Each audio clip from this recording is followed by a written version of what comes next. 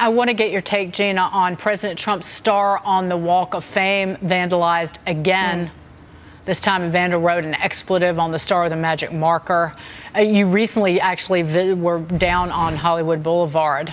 There's a photo of you that we're showing there. Again, your reaction to this?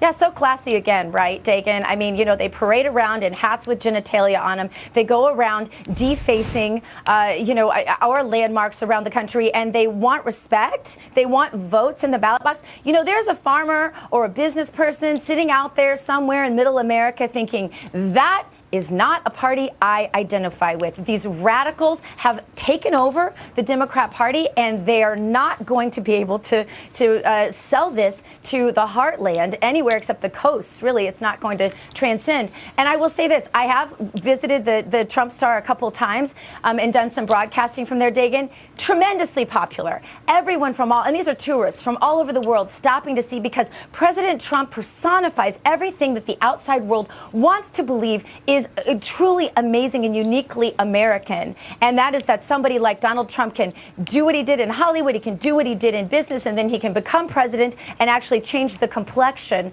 of our international relations. That's a lot to have accomplished in the first 100 days. Gina, I was listening to you talk about Bernie Sanders, and I couldn't believe, is Bernie Sanders the right person to be talking for the Democrats right now? Can't they find any other spokesperson? Maybe it's Elizabeth Warren, but can they find anybody else that didn't divide the Democratic Party in the election? Because that's exactly what he did. He's part of the reason there was so much anger on the side, and he's part of the reason that Hillary Clinton lost, in my opinion.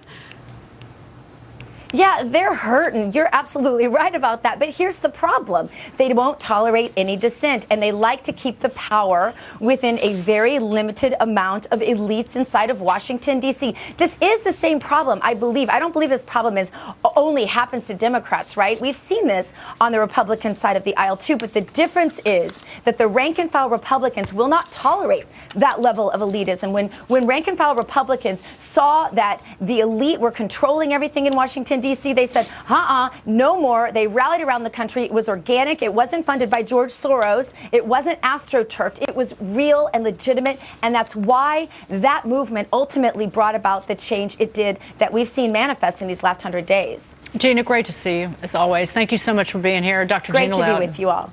Thanks. See you soon.